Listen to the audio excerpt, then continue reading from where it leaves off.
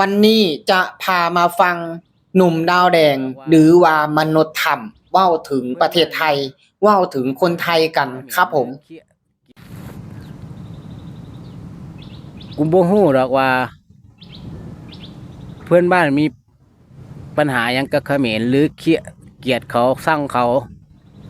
กูบ่สนใจดอกตรงนั้นน่ะเนาะกูสนใจแต่เรื่องแบบว่าพวกกูกับเขมรบ่ได้ทะเลาะกันบ่ได้เหตุสงครามกันเหมือนกับพวกมึงเนาะให้ฮู้ไว้แค่นี้แหละเพราะฉะนั้นอย่าพยายามสร้างข่าวหรืออ่าสร้างข่าวปลอมหรือสร้างข่าวแบบกล่าวหาประทุษใส่ร้ายคนอื่นเขาอยากให้คนอื่นเขาทะเลาะกันเหมือนกับตัวเองมันคงเป็นไปบ่ได้เนาะเพราะฉะนั้นอย่าเนาะ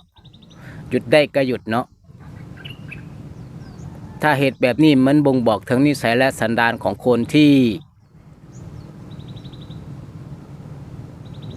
ละลานชาวบ้าน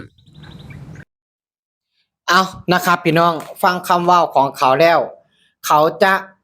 เข้าข้างประเทศเขมรแบบเต็ม100%และสิ่งที่เขาเว้ามากก็คือเขาเว้าให้กับทางประเทศไทยแน่นอน100%ถึงแม้ว่าเขาจะบ่เอ่ยชื่อแต่มันก็บ่งบอกนะครับผมพี่น้องฟังแล้วคิดเห็นกันแบบไรก็สามารถคอมเมนต์กันเข้ามาได้นะครับเกี่ยวกับมนุษย์ถ้ำหรือว่าดาวแดงคนนี้เว้าออกมาครับผมสบายดี FC ทางฝั่งไทยฝั่งลาวนะครับผมวันนี้ก็มาอยู่ในซ่องบ่าวลำชาแนลเช่นเก่าเช่นเคยนะครับพี่น้องล่าสุดนะครับมีหนุ่มดาวแดงนะครับออกมาเว้าเกี่ยวกับประเทศไทยนะครับที่ว่ามีปัญหากับในชายแดนนะครับผมมีปัญหาชายแดนระหว่างประเทศไทยและกับประเทศเขมรนะครับที่ออกมาเว้านี่คือเขาออกมาเว้านี่นะครับพี่น้องเขาออกมาเว้าปกป้องประเทศเขมรคือเขาบอกว่าเขาบ่ฮู้ดอกว่าเพื่อนบ้านนะครับเพื่อนบ้านมีปัญหากันหยังกับเขมรนะครับและสิ่งที่แน่ๆนะครับเขาบอกว่าทางประเทศลาวนี่นะครับบ่เคยมีปัญหากันกับเขมรนะครับคืออยากให้ถ้าว่าเรื่องของที่ว่าบ่เคยมีปัญหาเนี่ยอยากให้ลองคิดกลับไปเมื่อตอนปี2017-18นะว่าเขมรสร้างวีรกรรมหยังไว้แน่กับทางประเทศลาวและอยากได้ดินแดนของประเทศลาวเนี่ยลองไปหาเบิ่งก่อนนะอาจจะหากว่าตื่นหรือว่าหากว่าออกจากถ้ำก็บ่ฮู้นะครับหรือว่ายายยอดกินข้าวเฒ่ายอดหลายปีซื่ออันนี้บ่ลำก็บ่ฮู้คือกันเนาะเพราะว่าสิ่งที่เขาเว้าออกมานี่นะครับมันแสดงถึงความแบบอยากให้ประเทศไทยกับประเทศลาวเนี่ยเครียดชังกันหลายกว่าพี่น้องแต่สำหรับตัวบ่ลำนะครับพี่น้องบ่ลำบ่ได้คิดแบบนั้นนะครับบ่ลำบ่ได้คิดแบบนั้นคือบ่ลำคิดว่าในวันที่ลำบากนะครับเฮาจะเห็นเพื่อนแท้เฮาจะเห็นคนที่จริงใจนะถ้าเป็นว่าในชีวิตประจำวันและถ้าเปรียบเทียบกับในประเทศลาวระหว่างประเทศไทยนะครับคือในตอนที่ประเทศลาวลำบากในตอนที่ประเทศลาวเจอปัญหาคือคนแรกประเทศแรกที่ยื่นมือเข้าไปช่วยเหลือก็คือประเทศไทยอันนี้บ่ลำยังจำได้นะครับเมื่อน้ำท่วมนะครับตอนอย่างปี2018นะครับบ่ลำยังจำได้อยู่นะครับน้ำท่วมปี2018เขตภาคใต้นะครับหรือว่าเขตอัตตปือนะอัตตปือเซกองนี่แหละบ้านของมันเองนี่แหละบ้านของมันเองนี่แหละแต่บ่ลำก็บ่ฮู้หรอกว่ามันอยู่ไสกันแน่ตอนนี้มันอยู่ประเทศลาวบ่รู้ว่ามันอยู่ต่างประเทศนะครับเพราะว่าส่วนมากนะพี่น้องที่คนลาวออกมาว่าแบบเนี้ยเขาจะบ่ค่อยได้อยู่ในประเทศลาวหรอกเขาอยู่นอกนะครับเขาอาจจะอยู่ประเทศนอกไปเฮ็ดงานนะครับรับจ้างอยู่ประเทศนอกและกลับมาเว้าให้กับทางประเทศไทยอืมคืออยากให้คิดก่อนว่าในตอนที่ลำบากในตอนที่น้ำท่วมบ้านมันน่ะท่วมเรือนมันน่ะเออเขมรมาช่วยมันบ่เขมรเอาข้าวเอาน้ำไปให้กินบ่เออ อยากฮู้คือกันน้ำขวดหนึ่งเนี่ยเขมรเอาไปให้ยื่นให้มันกินบ่บ้านลำก็อยากฮู้คือกันครับต้องคิดดีๆนะในวันที่ลำบากมีผู้ใดช่วยเหลือ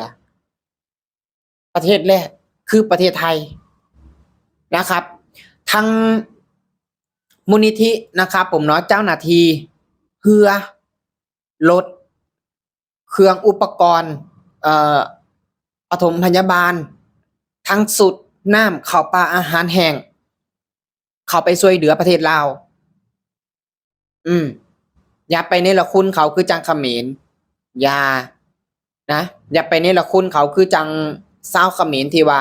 ประเทศไทยเนี่ยให้โอกาสทุกคนให้โอกาสทุกประเทศช่วยเหลือคนช่วยเหลือทุกประเทศแต่